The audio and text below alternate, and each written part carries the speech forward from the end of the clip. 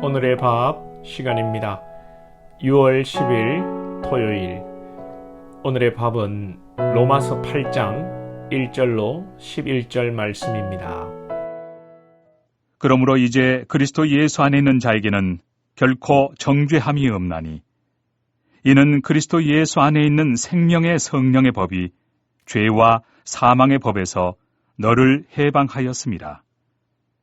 율법이 육신으로 말미암아 연약하여 할 수 없는 그것을 하나님은 하시나니 곧 죄로 말미암아 자기 아들을 죄 있는 육신의 모양으로 보내어 육신의 죄를 정하사 육신을 따르지 않고 그 영을 따라 행하는 우리에게 율법의 요구가 이루어지게 하려 하심이니라. 육신을 따르는 자는 육신의 일을, 영을 따르는 자는 영의 일을 생각하나니 육신의 생각은 사망이요 영의 생각은 생명과 평안이니라. 육신의 생각은 하나님과 원수가 되나니 이는 하나님의 법에 굴복하지 아니할 뿐 아니라 할 수도 없습니다. 육신에 있는 자들은 하나님을 기쁘시게 할 수 없느니라.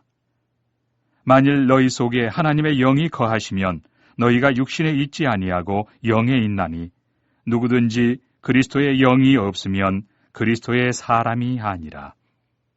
또 그리스도께서 너희 안에 계시면 몸은 죄로 말미암아 죽은 것이나 영은 의로 말미암아 살아있는 것이니라. 예수를 죽은 자 가운데서 살리신 이의 영이 너희 안에 거하시면 그리스도 예수를 죽은 자 가운데서 살리신 이가 너희 안에 거하시는 그의 영으로 말미암아 너희 죽을 몸도 살리시리라. 로마서 7장 말미와 로마서 8장은 연결되어 있는 말씀입니다. 어제 사람이 죄의 지배를 받는다. 끊임없이 우리 마음에 죄가 찾아오고 유혹하고 우리를 넘어뜨리려고 하고, 또한 사람은 실제로 믿는다고 하여도 넘어질 때도 있습니다. 그러나 오늘 본문의 1절 2절에 그러므로 이제 예수 안에 있는 자에게는 결코 정죄함이 없나니 이는 그리스도 예수 안에서 있는 생명의 성령의 법이 죄와 사망의 법에서 너를 해방하였음이라. 정말 여러분, 이 말씀 좋지 않습니까? 무슨 더 설교를 하고 부연하겠습니까? 예수의 생명이, 생명의 성령의 법이 죄와 사망에서 우리를 해방하였습니다. 할렐루야. 네. 사람들은 세상에 많은 것을 가졌어도 예수가 없으면 불안하고 죽음에 대한 막연한 두려움이 있는 것입니다. 우리는 예수님이 십자가에 우리 죄를 대신하여 죄 없는 분이 죽으심으로, 율법이 요구하는 죄값을 우리를 대신하여 다 치루심으로 우리가 의롭게 되었습니다. 이것이 하나님의 법입니다. 이 놀라운 영의 비밀을 따르지 않고 육을 따르는 자들은 육의 일, 눈에 보이는 것, 돈, 숫자, 출세, 세상의 성공이 다인 줄 압니다. 그러나 이런 것은 결국 육의 일이요 육신의 생각이요 사망이라는 것입니다. 오늘 5절 말씀에 육신을 따르는 자는 육신의 일을, 영을 따르는 자는 영의 일을 생각하나니, 육신에 속하면 결국 따지는 것이 여러분 세상에서는 돈이고 세상 명예이고 세상 성공 아니겠습니까? 그러나 영에 속한 사람은 영의 일을 생각합니다. 영의 생각은 무엇입니까? 6절에 육신의 생각은 사망이요 영의 생각은 생명과 평안이니라. 어리석고 육에 속한 사람들은 돈이 있으면 생명이 있는 줄 압니다. 정확하게 맞는지 모르겠습니다만 예전에 그런 소문이 있었습니다. 대기업 총수가 비싼 돈을 들여서 젊은 사람의 피를 사서 자기 몸에 피를 갈았다고. 실제인지 모르겠습니다만은 돈으로 생명까지도 사고 싶은 것입니다. 여기에 무슨 평안과 여러분 소망이 있겠습니까? 그러나 영에 속한 사람은, 영의 일을 생각하는 사람은 예수 그리스도의 영으로 영원한 생명 가운데 살아가고 평안이 넘치는 것입니다. 선한 능력으로라는 그 찬양으로 유명한 본헤퍼 독일의 목사님, 히틀러에게 대항하다가 잡혀서 사형 선고를 받고 현장에 있을로 사라지는 그 아침에 본헤퍼 목사님은 남은 죄수들에게 이것으로 끝입니다. 그러나 이것은 새로운 삶의 시작이기도 합니다 라고 이야기하고 현장에 이슬러 사라졌습니다. 영의 일을 생각하는 사람에게는 죽음 앞에서도 평안이 있고 소망이 있는 것입니다. 그렇게 유대인들을 핍박하고 나쁜 짓을 저질렀던 그 권력자 히틀러는 마지막에 자살을 하지 않았습니까?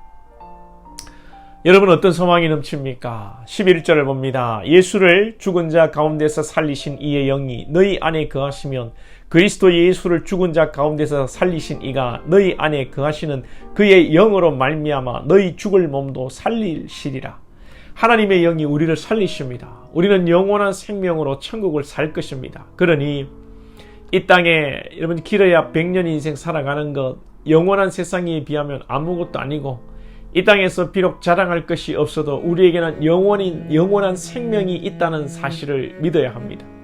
그리고 이 땅의 이 육에 속한 이 땅을 어떻게 살아야 합니까? 8절을 보시면 육신에 있는 자들은 하나님을 기쁘시게 할 수 없느니라. 거꾸로 말하자면 영에 속한 우리들의 삶의 목적은 하나님을 기쁘시게 하는 것입니다. 많은 믿음의 선진들이 하나님을 기쁘시게 하는 삶을 목적으로 살았습니다. 바울도 하나님을 기쁘시게 하라, 사람을 기쁘게 하라.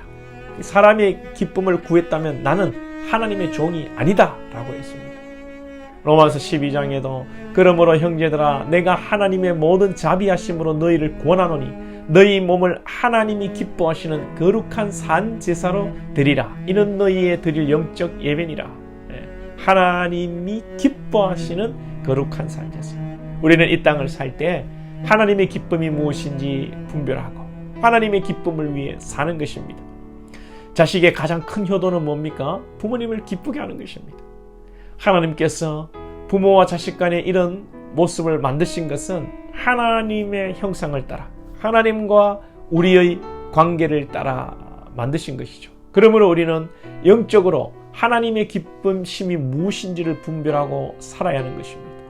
그리스도 안에서 오늘도 사죄의 은총을 누리시고 항상 하나님의 기쁨을 쫓아 살아가므로 하나님이 주시는 놀라운 생명의 역사와 평강이 넘치시기를 주님의 이름으로 축복합니다. 기도드리겠습니다. 하나님 아버지, 우리 안에 육의 생각이 아니라 영의 생각이 지배하게 하여 주시옵소서. 육에 속한 자가 아니라 영에 속한 자로 살아가는 저희들 되게 하여 주옵소서.